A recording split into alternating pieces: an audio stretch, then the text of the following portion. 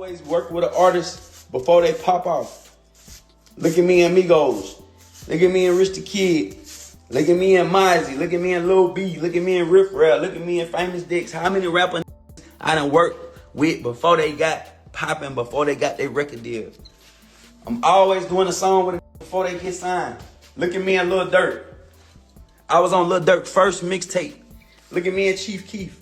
Look at me and Lil Durk.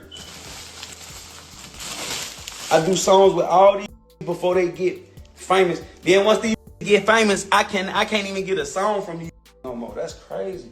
But when y'all was in the hood and ain't nobody know who the fuck y'all was, I was doing songs with y'all. Chief Keef, Lil Durk, Migos, Famous Dex, Rich the Kid. Only nigga I did a song with before I got famous was Rich the Kid.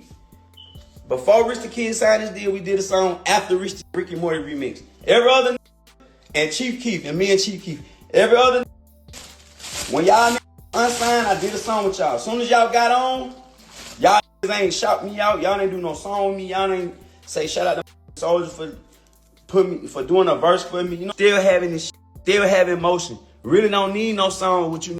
All you gotta do is look up Soulja Boy, Lil Durk, Eater. This man first mixtape. I'm talking about nobody knew who Lil Durk was. Now get a record deal. Where the fuck my feature back at? You get a little clout. You can't send me no verse back. Well, that was none other than Big Draco, a.k.a. DeAndre Wade, a.k.a. Soulja Boy, on a recent IG Live, kind of voicing his frustrations with artists that he co-signed early in their career, essentially not giving him that same love when they reach their highest peaks and pedestals in their career.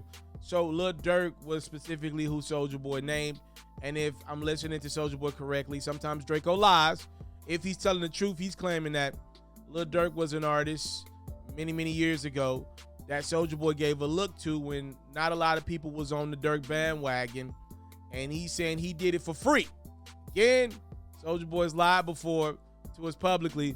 But if he's telling the truth, assuming that he's telling the truth, the question that I got to the people is, do y'all believe now with Durk being one of the biggest rappers in the world, and he really is one of the biggest rappers in the world, does he owe Soulja Boy anything? Y'all let me know. Some people will say, yeah, he should give Soulja Boy some type of look, throw him on the album. Some people would argue that that's what Drake kind of did for Durk, even though Drake probably never really needed Durk for a feature. Drake gave Durk a feature a couple years ago, and some people believe that was really what started this run for Durk with the Laugh Now, Cry Later record. You know, now with Durk being in the position of power, one of the biggest rappers in the world, could he look back and reach back and give Soulja Boy a look that maybe could propel Soulja Boy musically back into that realm? Clearly, it's something that's on Soulja Boy's mind. Again, I don't know if Soulja Boy was paid for verses back in the day or not. I do know Durk was an artist that literally had to climb through the ranks. Like, this has not been an easy. Artists like Durk typically don't ever get that spot in the limelight that he is now. You know, he's been around for nearly a decade, and he's peaking right now, you know? And sometimes I get it. When you get popping, you got to make yourself a little bit less accessible, you know, even in the music, right? You can't just hand out verses like you used to because it's bad branding, especially if there's no dollar sign attached to it. So y'all let me know. What do y'all think about what Soulja Boy had to say? Clearly something he's passionate about. He's saying rappers don't reach back. And I want to be fair to Soulja Boy, because I get that brother his flowers every chance I get. One of the biggest innovators the music industry has ever seen. I'm talking about in the history of music, Soulja Boy is one of the biggest innovators ever. That man deserves all the flowers.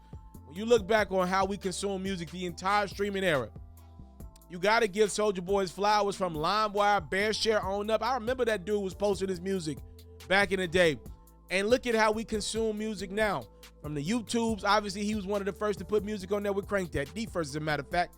And then, obviously, when you look at things like there's just a streaming era, you got to look at the streaming era and look at it as similar to LimeWire. And it was Soulja Boy posting his music to those platforms back in the day, just ahead of his time.